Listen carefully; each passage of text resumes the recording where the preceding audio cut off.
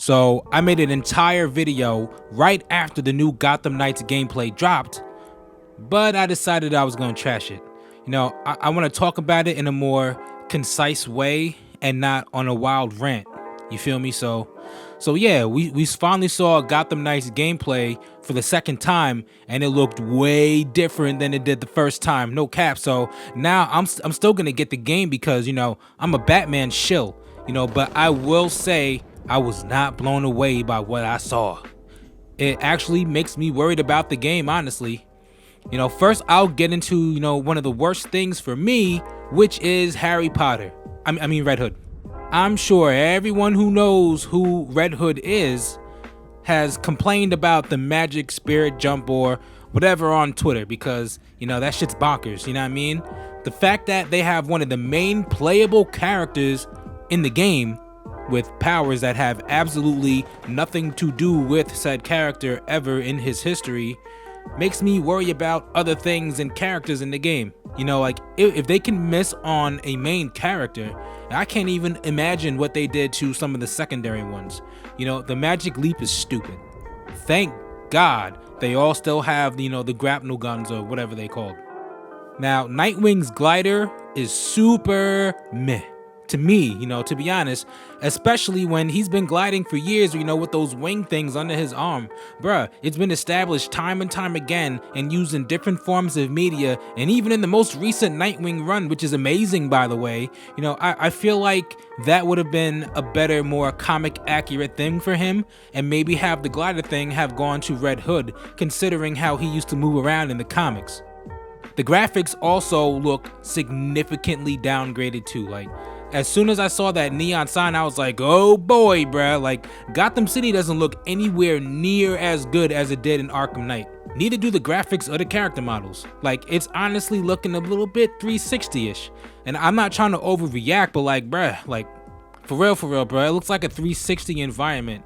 The whole thing looks mid, to be honest. Like, I didn't get that feeling I got when seeing the first official gameplay of any of the other Arkham games, including Origins. So yeah, I was disappointed. Then I saw it was no longer for last gen consoles, and I immediately had a problem.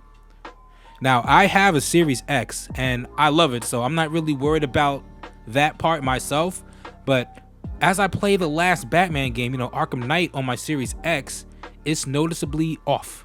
It looks a bit grainy, not as clean as it does on the Xbox One. And that's because the game was never optimized for the Series X. And now as I look at this Gotham Knights gameplay, I can't help but feel like this game was not only developed for this gen, I feel like it was developed for last gen, from the start. And that it's not even properly optimized for the current gen systems. And I know WB is gonna push the whole not gonna be another Cyberpunk shit, and that's the excuse that everyone has that's defending this decision, but I'm gonna call cap on that, bruh. Now, I did a video a long time ago about the game. I heard about Gotham Knights years ago from somebody who worked on the story, someone pretty big in Batman comics. Those who know, you know what I mean? Back then, Damian was the Robin instead of Tim Drake, and the game had no name or anything, and it was actively in development. I could see why they switched Damian out for Tim, especially when they have the different parts of the suits and stuff. Tim just has a richer history in changing identities than Damian did at the time. Obviously things have changed in the comics, but whatever. The game was made for last gen consoles, and you can kind of tell. Look at it. So why would they cancel it on last gen consoles? And no, it's not to avoid a Cyberpunk situation. Don't let the mid gameplay distract you, bruh. They did it because they're gonna charge you $70 for this game. And they know by looking at it, there's no real reason to get this version and not the last gen version for less money, which would bring down the cost of all the collector's editions too. So I feel like it's a very anti-consumer choice, and it's clearly driven by greed. This game doesn't even look as good as Arkham Knight, which came out years ago, and they want to charge you $10 more with no other options. That's lame, bruh. It really did dampen the game down for me, and everything has me expecting nothing higher than a 6.5. But what do y'all think? Let me know, because I'm trying to hear what you're thinking, all right? Like, for real. Thank y'all for watching, and I'm going to catch y'all later, all right? Peace.